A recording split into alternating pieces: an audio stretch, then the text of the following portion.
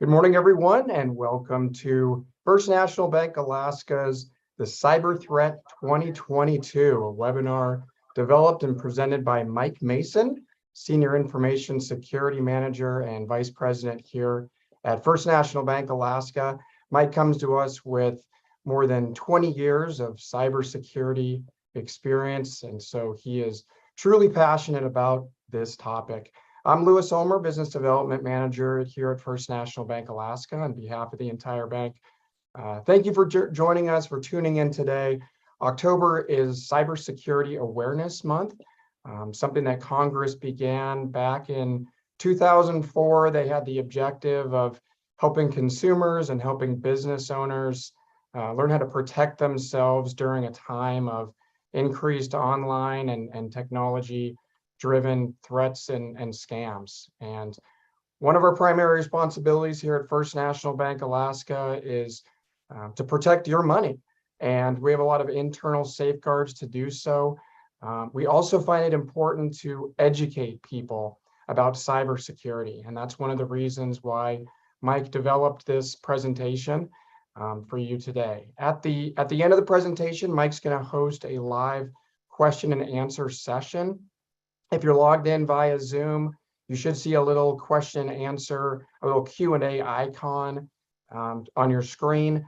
Click that icon, type your question, and hit enter. If you're logged in on our live stream on Facebook, click that comments tab, type that question in. And like I said, at the end of the presentation, Mike will be able to answer those questions live. And so with that, Mike, I will turn it over to you, sir. Hey, thank you so much, Louis. Welcome, everyone. Good morning. Thank you for joining us for this hopefully very meaningful and educational presentation. As Louis mentioned, I'm the Senior Information Security Manager and Information Security Officer here at First National. Prior to that, I had a long experience in our electronic funds transfer section. And I have actually been delivering a version of the presentation you'll see today for almost just over 10 years. So things have changed over the course of 10 years, but much of the guidance for how to protect yourself online remains the same with a few key additions. So without further ado, let's go ahead and get right into it. Let me just share my screen. Okay, so the Cyber Threat 2022. Today we'll be discussing current fraud trends, comprising the threat environment, and how to prevent some of these risks. So before we lead into the content here, I just like to set the ground floor. So what is leading to this explosion in cybercrime and these fraud schemes, the tremendous growth of losses that both consumers and businesses have taken over the past decade? And you know, it really stems from what I call the cybercrime economy, which is fueled by several factors. One, there's the dark web, or the Tor anonymous internet network. And this is essentially a piece of the internet that you can't access from your normal web browser. You can't just type in a website and get there extremely easily. You use a network of anonymous connections called Tor, which is the Onion Router network. And within that dark web, you have a variety of openly criminal actors hosting cybercrime forums, and identity theft gangs trade tips, tactics, techniques, and it has universally lowered the barrier to entry for these cyber criminals. So no longer does some hacker need to be a genius coder who also is good at social engineering, who also happens to have the time to go in and penetrate a victim's network. Each of those three tasks can be done by three separate groups of people who then trade their access with each other. So this cybercrime economy has led to an evolution of fraud, where fraud is delivered as a service with hackers for hire, and organized crime rings offering different services for money, with botnets for rent, with compromised computers, routers, Internet of Things devices being taken over and then used to attack further victims, and with malware by the license. So instead of, again, that attacker needing to know how to code and program some sort of software, they can pay someone who does that a monthly fee and gain the access to their crimeware to use to attack victims.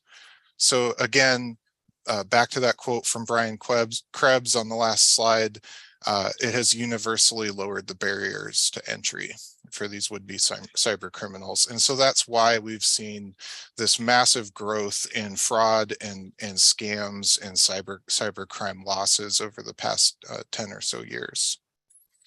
So these scams that I'm referencing, there's a couple of common ones. This is a list just off of the OCC website, although there's plenty of great information as well on the Federal Trade Commission, ftc.gov, and other websites such as the FBI's Internet Crime Complaint Center, ic3.gov. Just to touch on a couple of these that are impacting Alaskans, you have advanced fee fraud schemes. And advanced fee fraud is known by many different names. It can be the government imposter. You get a call from someone purporting to be from the IRS or the DEA or insert government agency here. And they say that unless you pay them with gift cards or your credit card or some sort of immediate payment mechanism, they're gonna, send you to jail or take away your property or do some sort of negative action. Government actors do not call you and demand payment via gift card, but these cyber criminals will do that, and they're very convincing. And it's an immediate threat. It gets to the victim emotionally. The other side of the advanced fee fraud scheme is you'll see folks offer some sort of very lucrative reward. So the Nigerian prince who has millions of dollars stuck in an offshore account, and they just need you to send them some small amount of several $1,000s, and they're gonna, send you millions of dollars. And if you pay them that money, they're surely gonna send you money. And actually, no, they won't. They'll just take that money and run. And that scheme has actually existed for hundreds of years. It originated with mailed letters claiming that family members of wealthy families had been taken hostage, and they wouldn't release the hostage unless money was sent. And it has just evolved for hundreds of years and has ended up in a variety of formats, whether it's the Nigerian prince scam.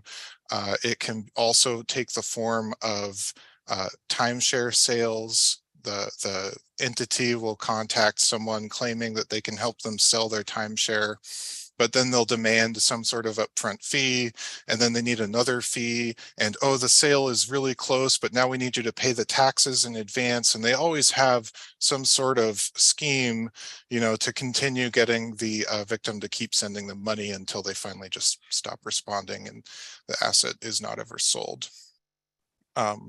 Moving on from advanced fee fraud, there has been a boom in cashier's check fraud over the last few years. Folks will receive unexpected windfalls, lottery winnings for lotteries and sweepstakes that they never applied to, easy job offers with payments up front. Perhaps someone selling on the online marketplace is paid via a cashier's check.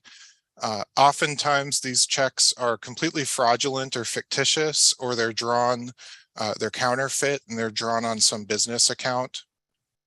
In many cases, the payer will overpay on purpose, and the recipient of these funds, it's a bad check, so they never actually get the money, is asked to repay the difference. So when that happens, the victim is both out the property that they sold and any difference in funds that they may have paid back to the payer. And oftentimes, the victims whose accounts these checks are drawn on, they don't see it right away.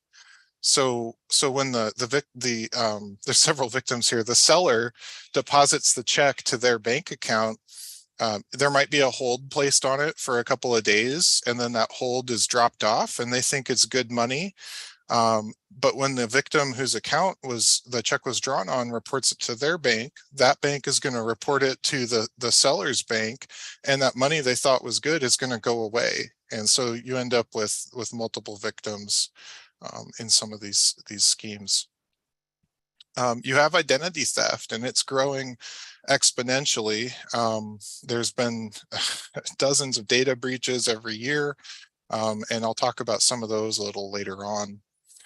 But definitely protect your sensitive personal information.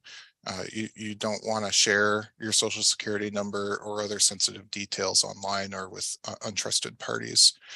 And then you have phishing. And so people believe emails that they receive and don't necessarily realize that emails are easily faked and that you really can't just trust something that you receive via email. So more on phishing.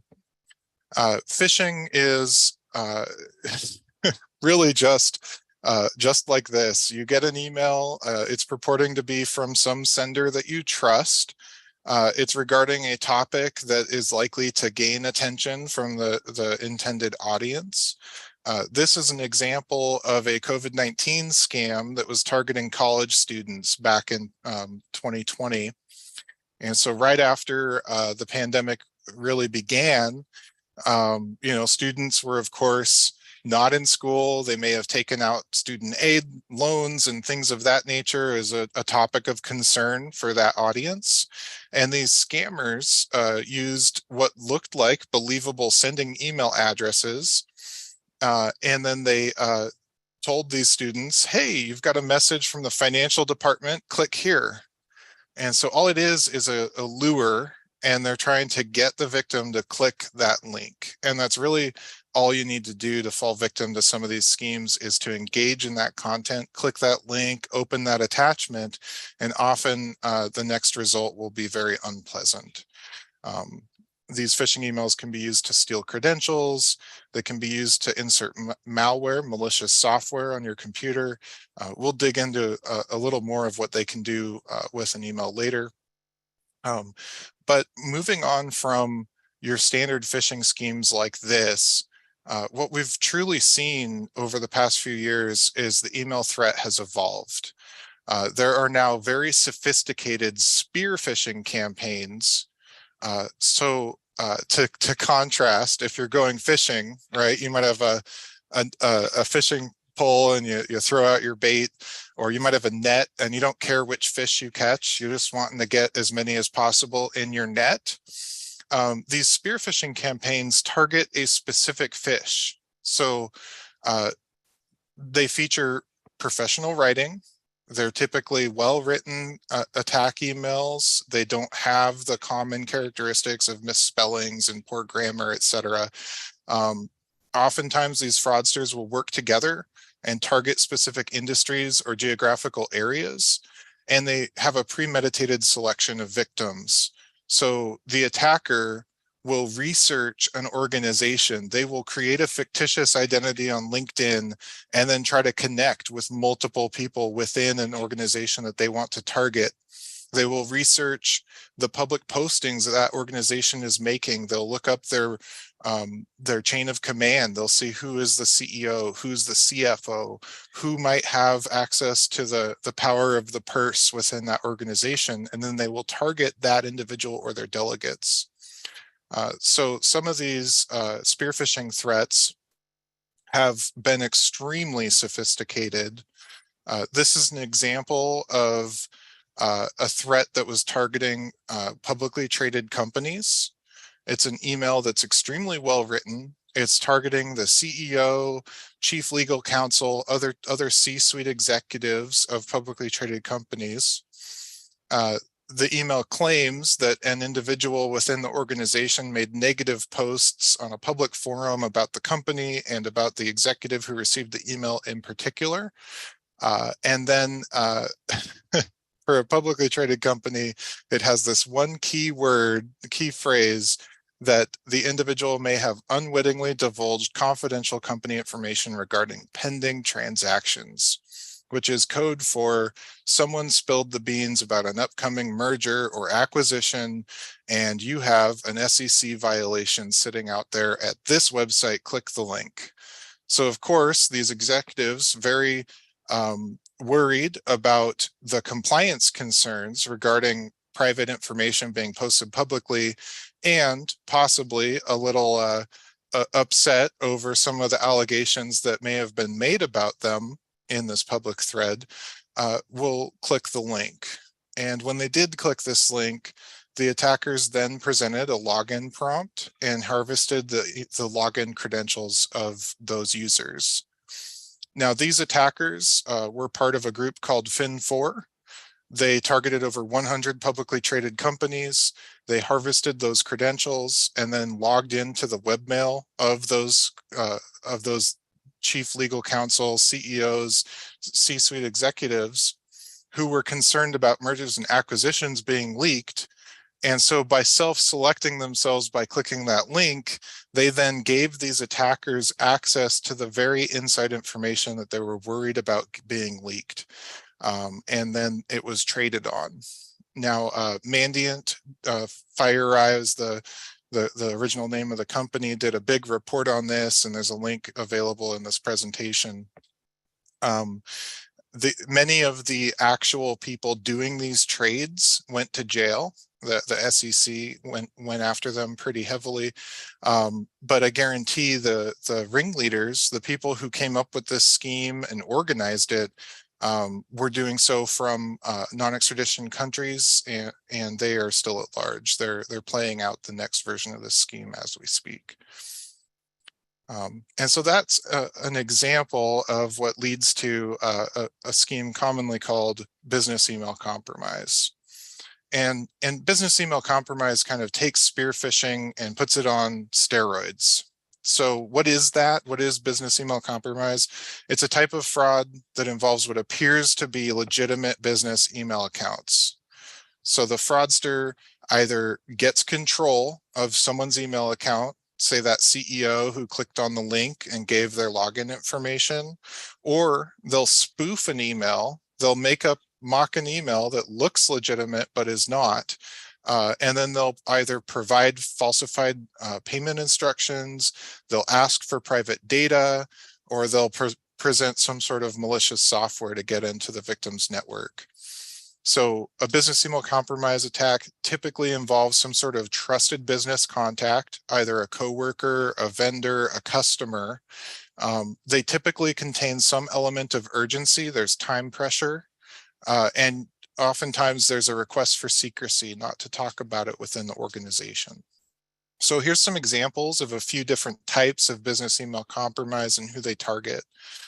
Here's your classic CEO fraud. So this is an email from your CEO to the CFO. It's got the little exclamation mark on there. It's high importance, and it says, please send a wire, $250,000, code to admin expense by close of business today.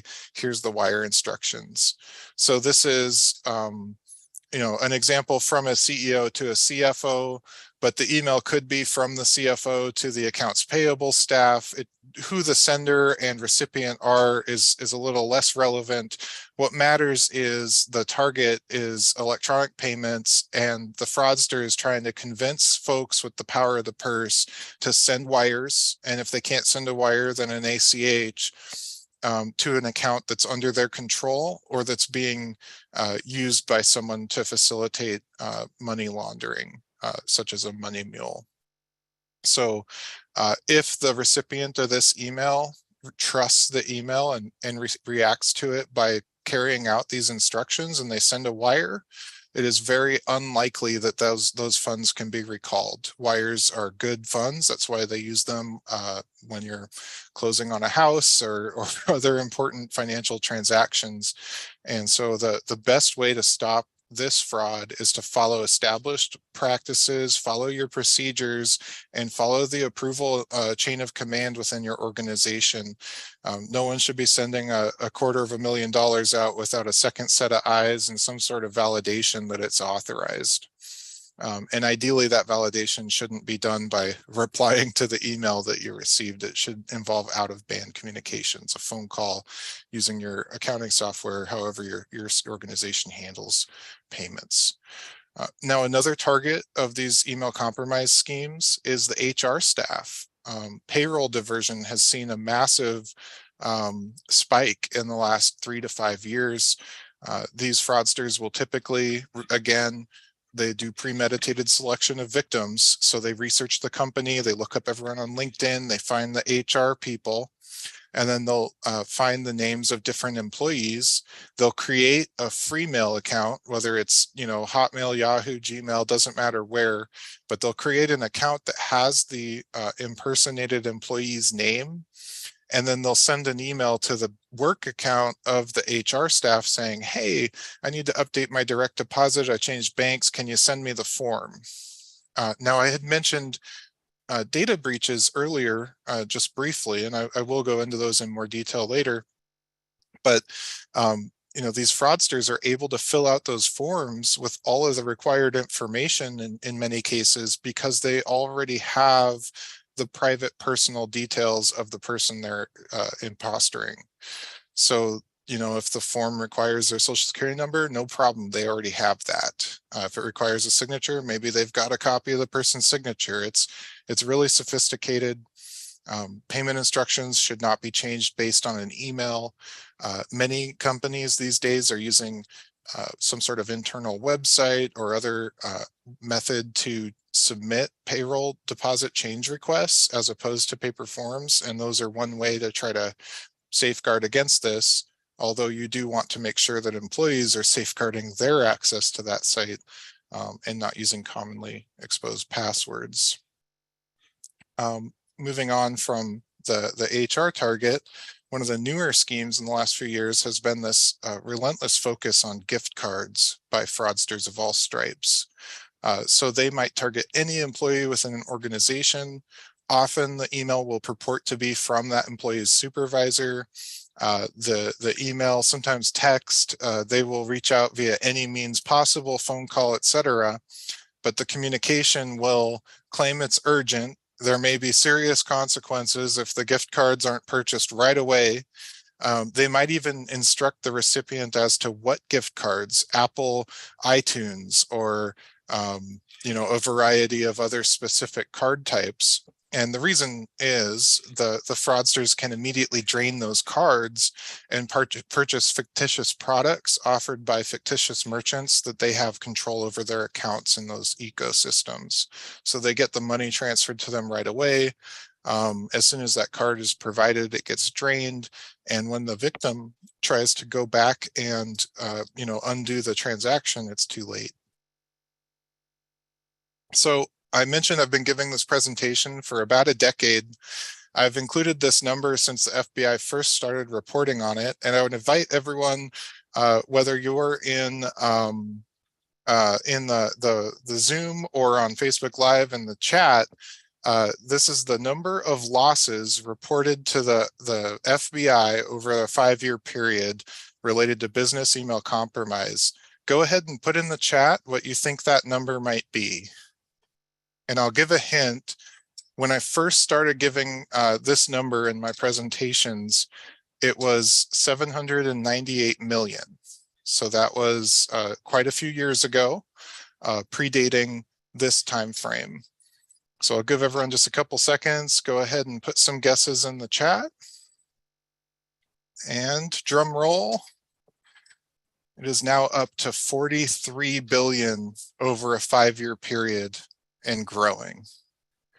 So when I had first reported on business email compromise back, I believe in 2015, it was for a 2-year period and it was $800 million or give or take. And it has just grown exponentially from a couple thousand victims to hundreds of thousands of victims, and this is not going to stop. These fraudsters are essentially organized criminals. They have whole operations designed to steal and defraud people of their money, and they're reinvesting in their organization and growing, and they're continuing to find ways to fool people, and they will keep doing so as long as it's profitable to them. Moving on from email threats, you might not think of a light bulb as a cybersecurity risk or a refrigerator, but what happens when you give these Internet of Things devices or smart devices access to your network? Well, it turns out a couple of really not good things can happen.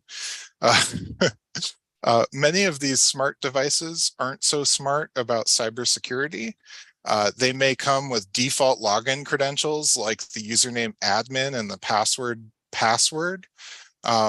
They might have vulnerabilities that are publicly exposed. So if the device has access to the internet, can someone connect to it? Can they access its management console externally from your network?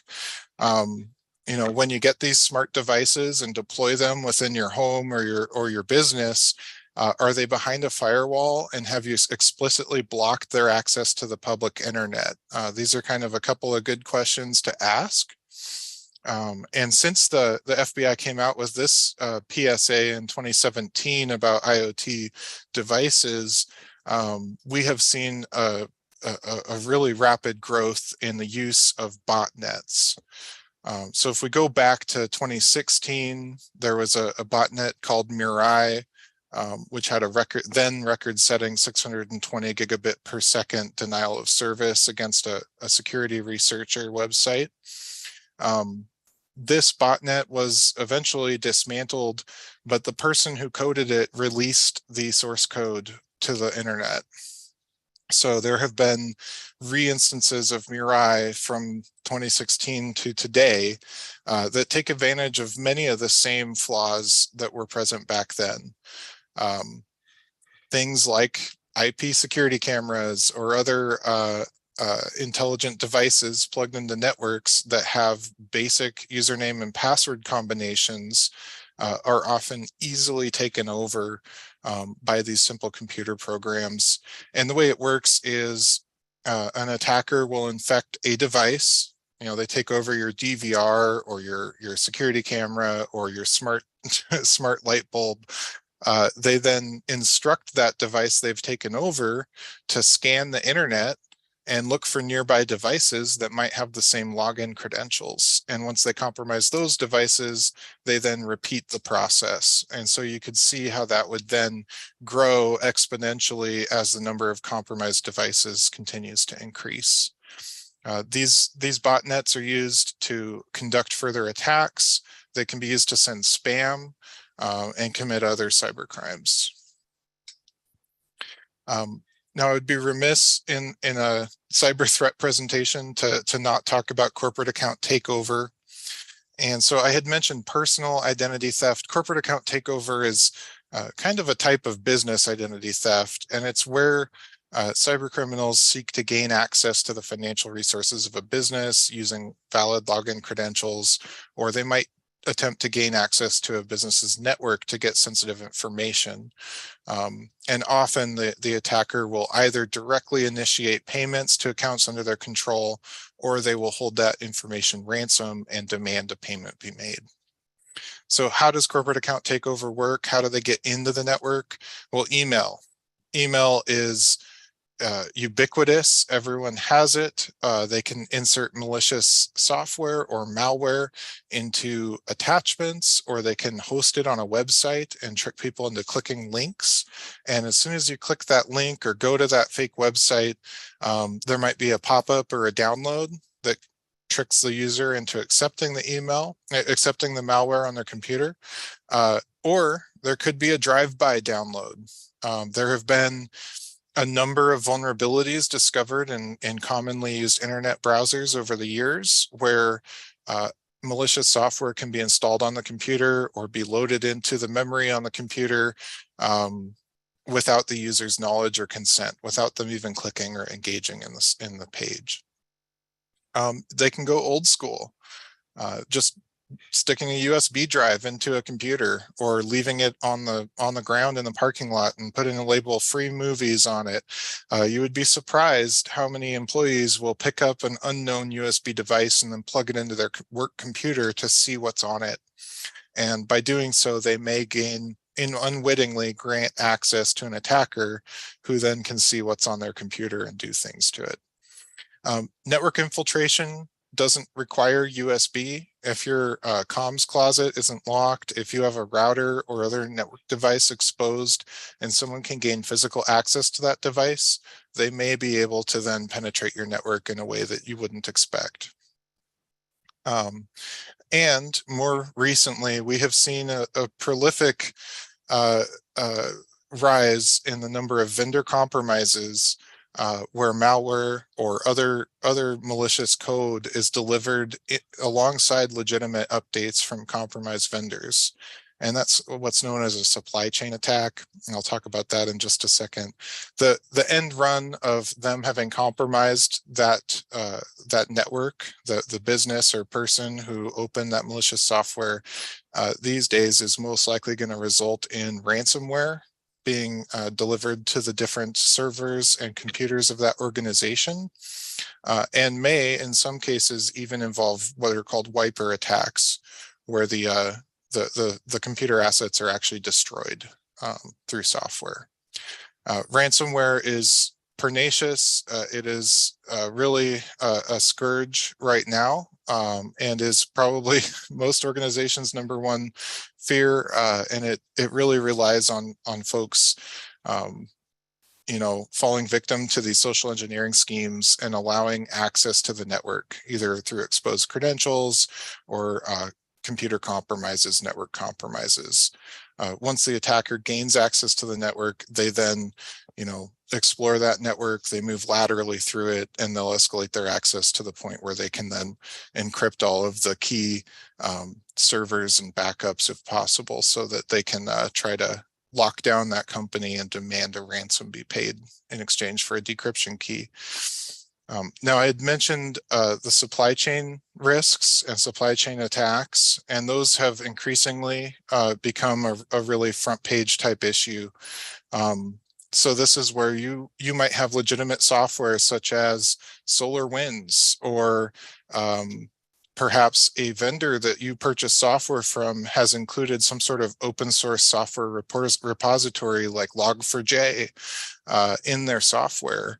And there's a vulnerability that has now been provided to you via the software you purchased that vendor doesn't even know about. So it could be inserted maliciously into some sort of open source package, or it could have just been a security oversight in one of the code dependencies on which that software relies.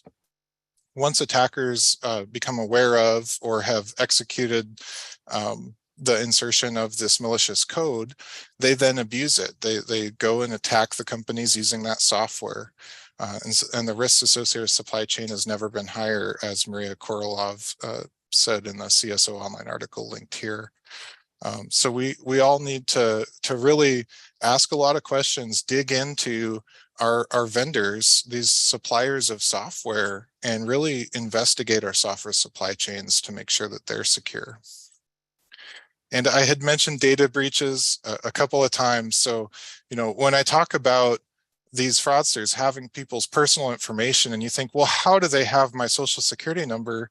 Well, Equifax spilled half of all American social security numbers, driver's licenses, and other data in 2017. Yahoo spilled 3 billion email users' account information, including login, password, and secret questions in 2013, and didn't reveal it until December of 2016, when they announced that 1 billion email accounts had been compromised. Later in October of 2017, they then divulged that actually, no, it was all Yahoo email accounts. And there is no daylight between that and the explosion in email compromise, business email compromise we saw in 2013. Many of the first schemes that I had heard of being reported involved Yahoo email accounts of business executives, and that breach is exactly why. Now, the firm Yahoo combined with has taken down their initial PR on this, their press release. So I linked to a New York Times article about it that goes in depth below. Equifax kept their press release up. So these things affect nearly all Americans. There are more and more data breaches every day. And typically what you get in response to a data breach is 1, maybe 2 years of identity theft protection, but your social security number lasts for life. So these are things to be aware of, and try to take measures against, try to protect your information and only give it to people that you absolutely need to give it to. Moving on from data breaches, cybercrime across the board is on the rise. This is again from the FBI's Internet Crime Complaint Center, ic3.gov. This was the Internet Crime Report for 2021. And this doesn't include all of the business email compromise global losses. I believe these were national US numbers for all types of cybercrime. And as you can see, the blue bar up top is the number of complaints. The red bar below is the number of losses in billions. And the complaints have continued to increase, as have the losses. So this is a growing concern year over year. So how do you prevent it? Well, as an individual, you can check payments against source documents. Don't trust emails that you receive asking to redirect payments. If you're making some sort of time critical payment and you have a contract stating where those funds go, and someone sends you an email saying, oh, we need to send the funds somewhere else, you should apply a lot of doubt to that email and really verify what you're being told. Monitor your credit report. If someone has stolen your identity, you can check annualcreditreport.com. You get 1 free check per credit bureau. There's 3 credit bureaus. It's 1 free check per year. So if you spread those out every 4 months, you can really, for free, check your credit 3 times a year.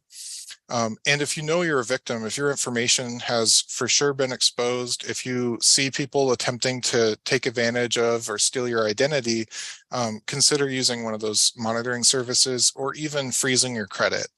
But do keep in mind, if you freeze your credit and then you try to get a financial product of some kind, or certain other transactions that you wouldn't think of can result in credit checks.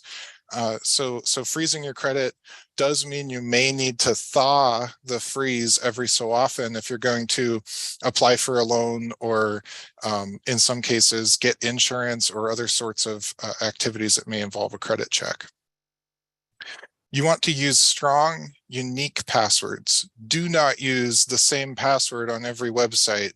And if possible, use multi-factor authentication, such as tokens or those text confirmation numbers, the extra factor beyond your password to validate your login. As much of a hassle as those can be sometimes, the extra app on your phone or whatever it is, they can really protect you against an attacker who's stolen your password. And patch any computers and programs that you have regularly. When that, if it's installed, you want to patch it. If it's a program you don't use and you don't want to patch it, then uninstall it. And don't ignore that Windows update. By the time Windows update comes out, many times those flaws that Microsoft is patching may already be under exploit. So attackers are already taking advantage of people before the patches come out.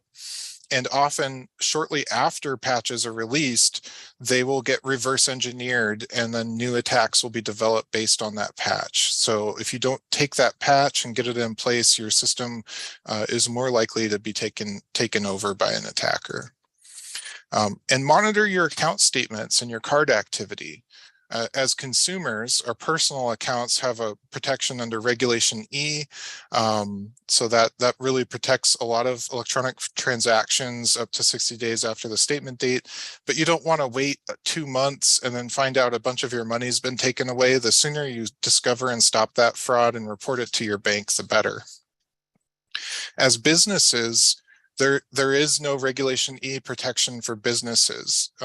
Businesses should be monitoring their accounts daily, and they often have 24 hours or less to detect and respond to fraud, particularly if your account information has been used for counterfeit checks or other types of electronic payments, such as incoming debits. You need to react to those fairly quickly. You may have longer than 24 hours. The specifics depend on the payment type. But if you don't find out until your monthly statement comes out, that's a little too late in many cases. Businesses should be using firewalls, intrusion prevention systems. Their devices, your network infrastructure should not be using default or generic passwords like we had discussed with those Internet of Things devices. And make sure that internal devices that don't need to be connected to the internet are not. With firewalls, often a deny all default setting is your best practice, and then only allow the traffic that you absolutely need to. Protect your weakest link. Educate your employees to recognize these kinds of schemes, to understand cyber threats, and to be aware. So that security awareness of employees is key. They're often your first line of defense, and sometimes the only line of defense when it's some of the social engineering schemes we're talking about. You can prevent phishing attacks by email filtering, and you can train your employees on how to recognize and react to them with phishing tests and continuous training. So don't just do it once a year, do continuous training for that security awareness. ACH and wire operators, these folks with access to electronic payments, those payment operations should be in dual control. So one person submits the item, a second person approves the item after verifying it against the source document. They verify the validity of the payment before clicking that approve button. And that's kind of a key control there that financial institutions have been using for centuries, is dual control, lock and combo, 2 keys to open the safe kind of deal. Think about your electronic payments like you would a dual key safe. And any sorts of changes, payment change requests should be verified following your established procedures. And those procedures should include appropriate controls commensurate with your complexity and the amount of money that you're dealing with. And do more than the bare minimum. So, you can do all the things I recommend, but if you think of something even better, do that. Take extra steps to protect and safeguard your money and to educate your employees. Consider tools that can help make that easier. At First National, we have a debit filtering solution called ACH Fraud Prevention. And for checks, almost any bank you go to is going to have some sort of positive pay solution to protect your checks. With positive pay, I always recommend using Payee positive pay, so that if someone does get a legitimate check and rewrites the name on that check, it won't pass through your positive pay solution because that payee is going to be different. And don't use and don't let your employees use any of these passwords. Every year I guess I'm not as shocked this many years in, but every year I pull the list of the most commonly exposed passwords, and 1, 2, 3, 4, 5, 6 somehow still manages to reign supreme at the top of the list. But as you can see in this list here, you have all numeric or all letter passwords, 0000. QWERTY are the top 6 characters along your keyboard from left to right. These are not good passwords, but a surprising number of people in these data breaches where information gets posted publicly to the internet, security researchers will decrypt all the passwords and then add up how many of the same password are used. And year over year, we see password in the top 5. QWERTY, all numeric. Someone got fancy and they wrote password 1. That's still not secure. So weak passwords like these are, either single words, they're easily guessed, they have short length. A strong password ideally is indecipherable to the attacker, uses 12 or more characters, uses upper, lower, number, symbol, a complex password. Consider doing a passphrase. If you do 4 words that are disconnected from each other, and maybe some sort of symbol in there, like a comma or something like that, it's suddenly a very challenging password for someone to try to get around, because it's now very long and hopefully isn't something that they can tie to you personally. So use stronger passwords. Everywhere should have a different password. Don't use the same password in every website. So to close things out with some best practices, be suspicious of requests for secrecy or of pressure to act. Confirm those payment instruction changes out of band. If someone emailed you saying the deposit account has changed, pick up the phone and call a number for that person. Hey, did you send me this email? We don't do change requests with email. Can we update the contract? What can you do to secure that exchange of information? Again, educate employees to increase their awareness. Make sure they know what these fraud schemes are and how they're executed and what to look out for in those emails or other communications they may receive. Again, these fraudsters can call and be very convincing on the phone. It's not just email that we're worried about here. So use separation of duties as a control to prevent fraud. If one employee falls for the scheme, but they can't send the money, they don't have the keys to the kingdom themselves, a second person needs to review it, you have a chance to stop those funds before they go out. Limit the physical and logical access to your PCs and devices. So someone coming into your workplace, into your business, can they take a USB thumb drive and just stick it into the back of your computer without you noticing? Do people have access to sensitive areas within your organization? Do you have controls over physical access to those devices and network infrastructure? And do you have logical access controls over access to your PCs? And there's a whole variety of layers of protection that modern networks should use. Make sure that those are in place and are actively monitored. And if you have a system in place and no one's watching the alarms, it's not going to help you very much. So you do want to shield your networks from unauthorized access as much as you want to shield your computers from unauthorized access. Use rules and flag or block fraudulent emails. Make sure folks know how to report those fraudulent emails. Again, always patch, keep your systems and programs up to date. Back up your important data and test those backups. Make sure they're going to work when you need them. And make sure those backups aren't susceptible to the same types of attacks that your network could be. You want to have secure offline backups in addition to whatever your current backup infrastructure is. And have a disaster plan and ensure your business operations. Many of us on this webinar live in Alaska. Cyber threats aren't the only threats. In 2019, we had a pretty big earthquake, and 1964, we had an even bigger one. So there are plenty of reasons to have a disaster plan and to test that plan. Make sure that your staff know what to do so that you can ensure that your business operates or that it closes down for the limited time it needs to in a secure way, and that your assets are protected so you can return to business when it's safe. And finally, just ask yourself one question. If you don't do all of these things, is how much are you willing to lose? Because not taking action, not educating your staff, and not applying patches is a surefire recipe to become one of these victims. So thank you all for watching the presentation with us here, and be happy to welcome any questions and answers here as we close things out. Thanks, Mike. We do have a handful of questions that we've received from folks. Thanks for sending those in. And just a quick reminder, if you do have a question you'd like Mike to answer, click that little Q&A icon on the screen and type that in. But I like this question a lot because this part scared me a little bit too. And this is about the smart devices, Mike. And the question is, are all smart devices unsafe? So I'll just say I don't buy smart devices for my house, but that can be a tough one. Really, when you look at smart devices, some things to look for is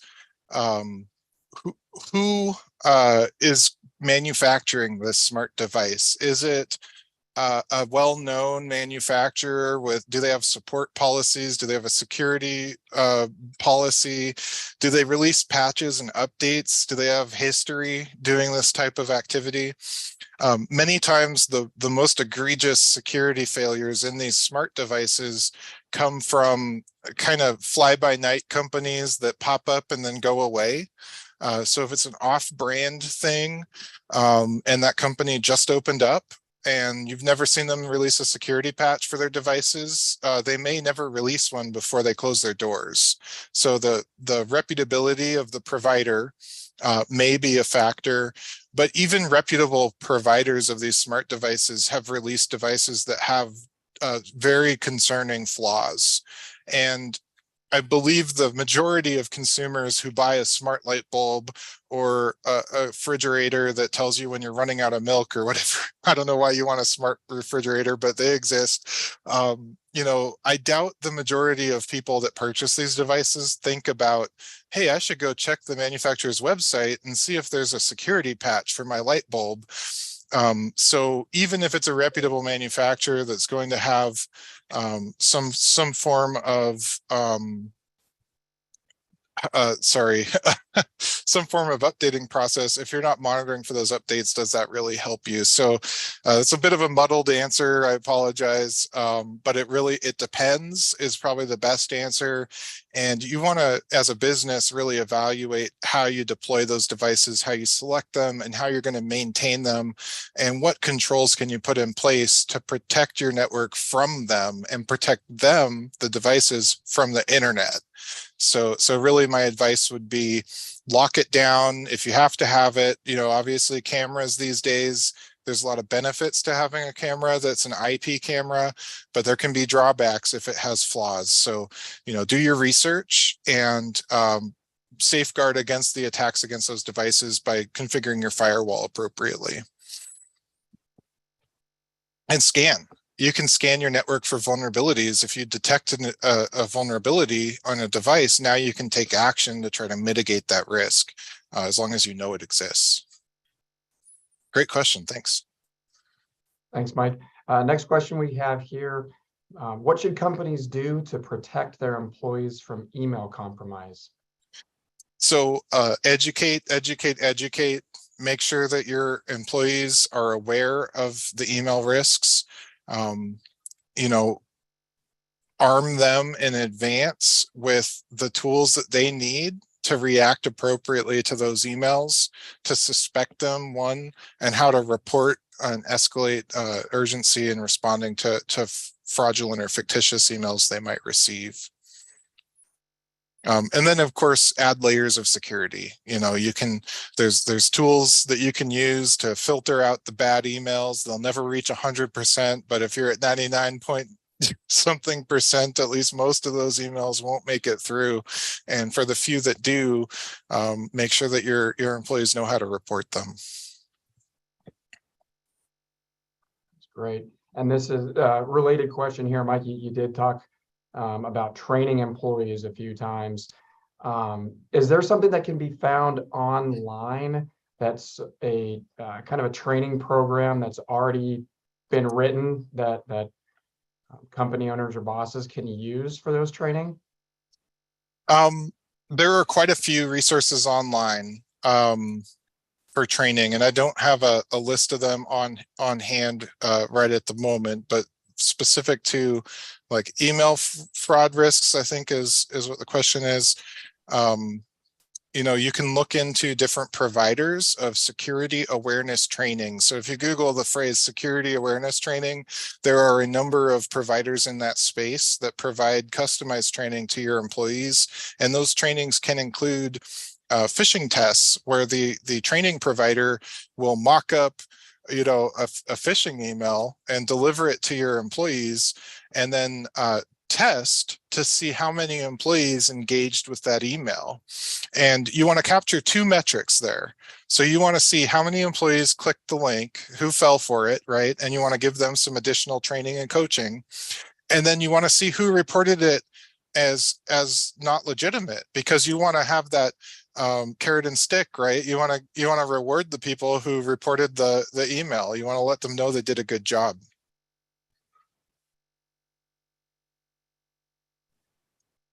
Sounds good. And then another smart device related question here. I know a lot of people who deposit checks using their iPhone. How safe is that? Well, typically the app with your bank is going to be safe and use industry standard encryption, and you know, the actual depositing of the check the electronic process there is likely very safe. The question I always have is, what is that consumer or individual who deposited the check actually doing with the check after they've taken the picture? So if they went shopping and took the picture of the check and then threw it in the trash bin, the next person along can pull that check out of the trash and immediately try to, commit some sort of fraud with it. So it's as secure as checks ever, have been. Checks have your account information at the bottom. It's called the MICR line. And so paying with a check does have the potential to expose your private account information to the payee, to the person receiving that payment. And so, with the digital deposits nowadays and mobile deposits, it's very convenient, but there are some risks to security there. That could exist depending on the behavior of the person depositing that check. Ideally, typically the remotely deposited check should be kept under lock and key for a certain period of time to make sure the bank doesn't need the physical copy, and then it should be cross-shredded. But I don't believe most consumers have a cross-cut shredder sitting on their desk at home. Some do, but most probably don't. And so I doubt many of those checks are actually being cross-cut shredded by consumers when they receive them. And, if I was able to wave a wand and change payments overnight, I would make all those check payments go out via ACH as direct deposits, because the recipient of a direct deposit does not get your account information. But they've been predicting the end of checks since probably the 1980s, and they haven't gone away yet. So I think we're stuck with them for a while. And we just want to be careful about using checks. And if you can make an electronic payment, it is typically safer than a check. Great, thanks, Mike. Another question we got, and this had to do with the recording of the webinar today, and that was whether this would be available. And the answer is yes to that. So in the next day or two, we will be posting a recording of this on the same webpage on which you registered for the webinar, which is fnbalaska.com/webinar. We also will email that link to everybody that registered for this. If you did provide the email address, we'll get that to you. And then the second question related on that has to do with if we have some of the security info and fraud alerts posted on our webpage. Answer to that is yes as well. That's a longer webpage address, so I'll email that to folks, but it's fnbalaska.com, and then you're going to be looking for the Bank Online safe and secure security alerts. But again, I'll send that out. So just looking quickly, I think that does it for the questions that have been submitted. So and I'll chime in, Lewis. Yeah. I've been given this presentation or a version of it for about a decade, and I have no problem with coming to your organization or civic group. I've presented to chambers of commerce around the state, to various other large groups, business primarily, but also to consumers. And if there's a group of people that want to hear about cyber threat and ways to protect themselves from scams and schemes, I've got a couple different types of presentations depending on the audience, and am more than willing to deliver to different community groups. Great, thanks for the offer there, Mike. And it's free of charge, folks. Yes. Don't worry about that. So well, anyway, again, Mike, thank you for this. Great content. This has been wonderful. Thanks to all the guests for tuning in. Thanks for your thoughtful questions there. Again, we'll send the links out about how to watch this webinar again and pass this along to folks that you know. And thanks, and everyone take care. Bye now.